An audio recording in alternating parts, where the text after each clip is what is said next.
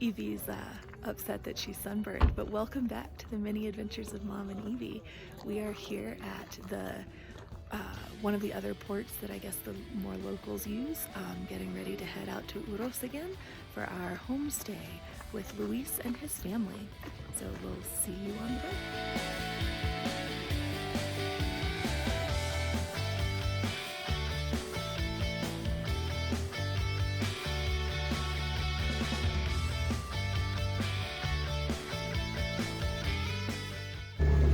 These are the Uros Islands, the floating islands.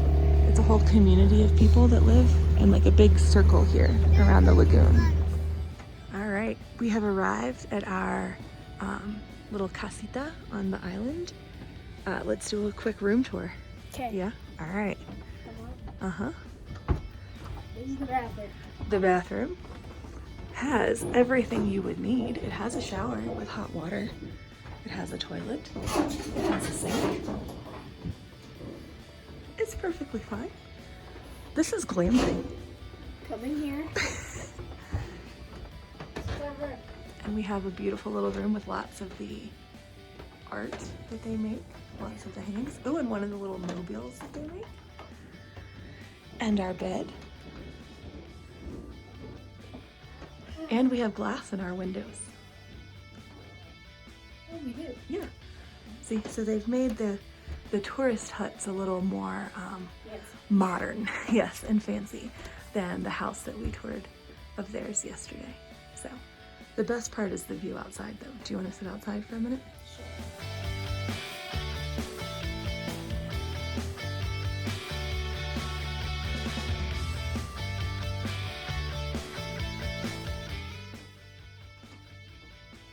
So while there is no internet out here, they do have a battery powered by solar that runs an electric light that we'll be able to use tonight. And we do have an outlet to be able to charge things. So that'll be good. So there's no internet. So we are relaxing. It is easier for one of us than for the other of us. I'm gonna do some crossword puzzles. I'm watching High School.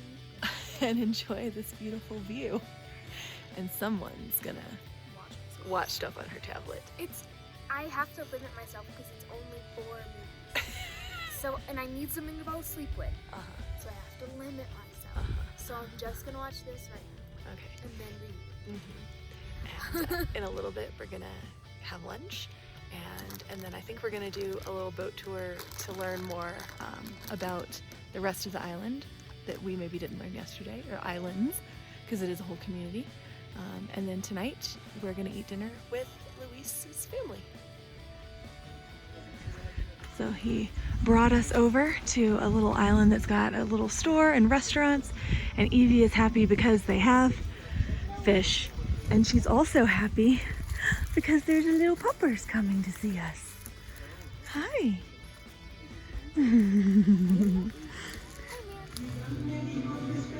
Evie made a friend and it has come with us to the restaurant. There's also a kitty cat outside. We were brought the biggest bottle of water I have ever seen in my life. And unfortunately, it's the brand Evie doesn't like. So she's drinking the one I bought this morning. But look at the amazing view from our restaurant this morning, or noontime. And they have Evie's favorite. What are you getting again? Fish. Trucha a la plancha, grilled trout. What did you see? The dog? Oh. There's another dog.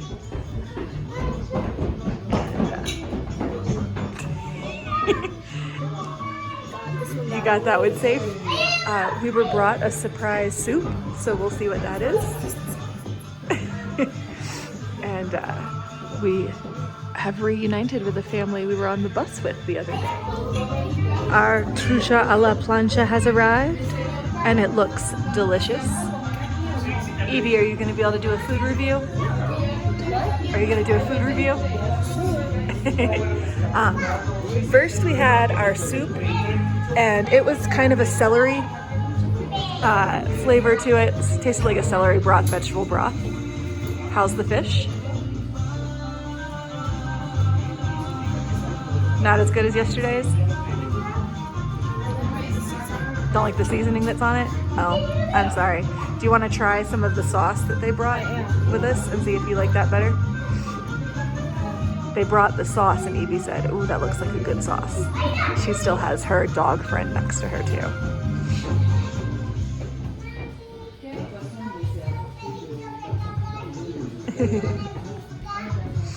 What do you think? No, doesn't really help. Oh well. I'll eat it. They can't all be winners. All right, so I like the flavoring on it. It's got a lot of lemon and citrus, and then a little bit of like a parsley type of thing going on.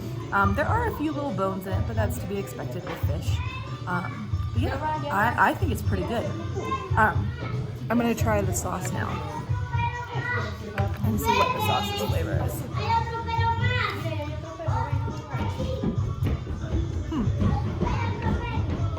It's got a big kick on the back end. It does.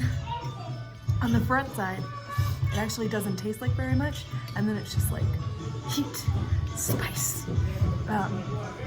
So yeah, that's really interesting. It's almost like creamy and mild, and then all of a sudden you get hit with spice. That's different. We haven't had a lot of spicy food here in Peru yet, but you can't beat the surroundings for our lovely meal of fish. And I think Evie will eat it anyway. She's on the hunt for animals again. We just finished our meal, and now she's got to try to pet every cat and dog available. So Evie's upset because the dog has chosen the little kids. No, she chose to sleep. Not the little kid. Not the little kid. She was not near the little kid. No. She chose to sleep. Okay, all right. I think the dog also knew that little kids drop food, so. But how's your altitude feeling today? You good? I need that dog. Okay. I'm feeling good today. I think I finally acclimatized. It only took till the last day that we're here, but you know. But yeah, our meal was pretty good. They actually farmed the trout that we ate right back over there. And so that's pretty cool. And I guess Evie will keep looking for puppies and kitties while we wait for our host Luis to come back to drive us back to the island that we are staying on.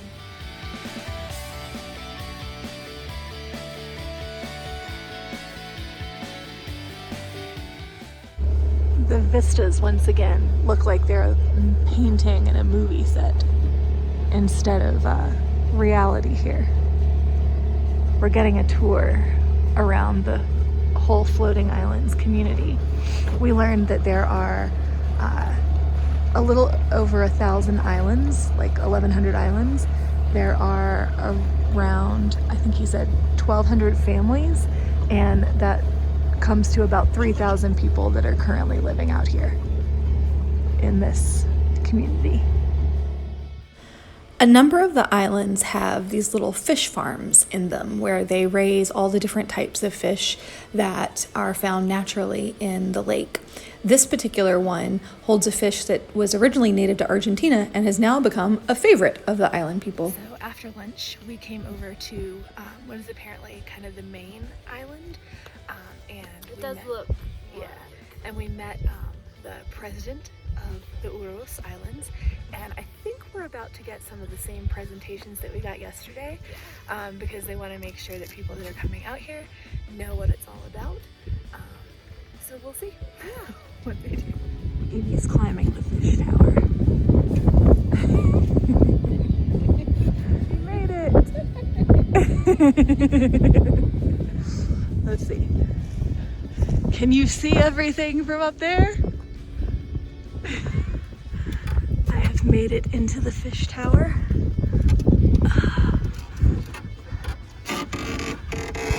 Look out his mouth. And you can see all the neighbors. So we've been put again on one of the tourist Puma boats, yes. Alone. Alone, yeah. This one is much bigger than the other one. What are you doing? So we don't really know what's happening. They're just shuffling us around. We bought a few more things that just seemed like the right thing to do, but we did decline to put on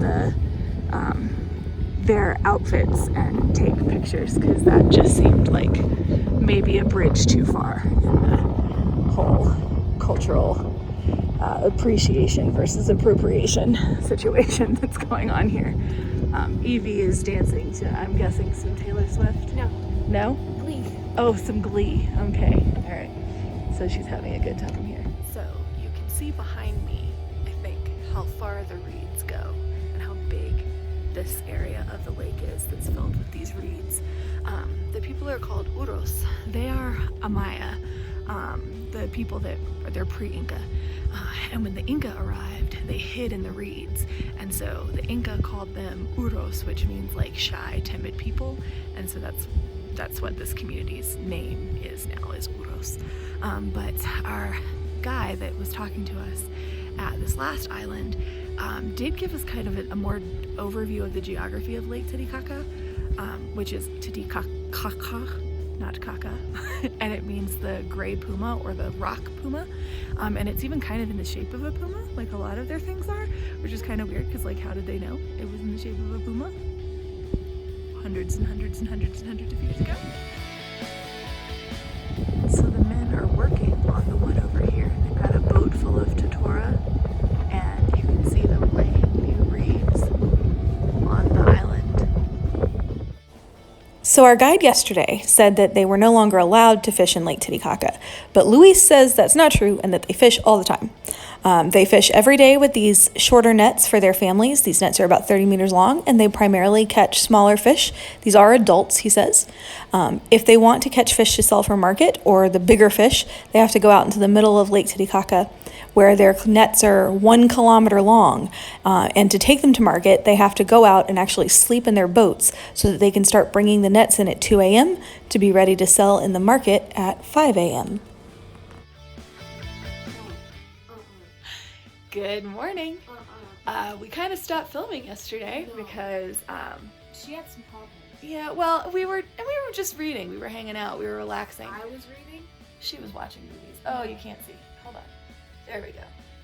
Because look at that amazing view that we have out there.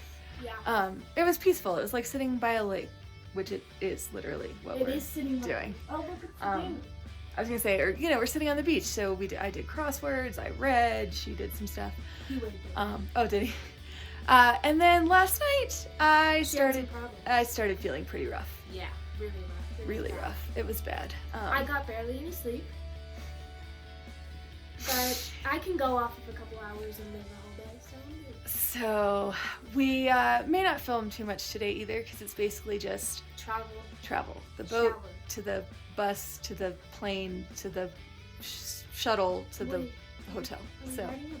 You have to ride a bus with a bunch of I have people? no idea what it's gonna be. Well, I know, but it's an hour away. So I have no idea what they're gonna do. None of my stuff charged. Oh my god. But anyway, so today's gonna be a day of travel, and then once we get back to Lima to our Airbnb, same one, I'll get her some ice cream, and then I'm gonna try to rehydrate, and hopefully we'll be feeling better. Yeah. Oh well. But the stay on the Uros, it's a lot like glamping, I would say. This is what glamping's like? Yeah, I would say this is like glamping. It has a toilet and everything? Sometimes. This is maybe even better than glamping because it has a toilet and a shower. We didn't use the shower, but no, it's really pretty here, and We didn't get to take a picture of the lights at night. the city lights look so cool, and I feel like from what I saw, I feel like it like spelled something. Oh yeah. I saw something. I saw like different words. But it was gorgeous. So the experience was great. It would have been better if I had not gotten sick. That would have made it a lot better. But I could totally live in an apartment this size, but not this. But you would want some insulation, so it's not 20 I would degrees. want insulation. I would want it to be an actual apartment. I would want a better shower, a better toilet. Well, the toilet's fine. Toilet is not. It's a normal toilet. But the other thing is, again, I'll try to push it so you can see the outside. We're on a floating island, so anytime a boat goes by, we move. In the middle of the night, I kept like feeling the movement and the creaking, and I was like, "Oh my goodness, is someone coming?" Yeah, it was a little strange. And obviously there's no insulation, so you're just kind of sitting in a wooden box, and it's 26 degrees But outside. I wasn't that cold. So, but luckily there are lots of blankets. Ready? 1, 2, 3. Is it only 3? No, it's 4. There's 4 blankets. Yeah, but This yeah. was the one I slept with. So, would you do this again? No. I mean, This staying out here. this thing with anybody else or with you again? Am I about to be insulted? I would do it with one of my friends. Would you? Yeah. I feel like I'm trying to think which one would even want this. I think It's like not as rugged as camping, but it's not as, I feel like cushy as a Bree would hotel. do this with me. Yeah. Yeah, I do it with. You do it with Bree. Sorry, no. Well then, I do it if you were feeling better. that's true. I Would have made had it a good better. night if you Right. were not Yeah. sick. But c'est la vie. That's what happens sometimes when you travel. All right. Well, we'll see you as the adventure continues.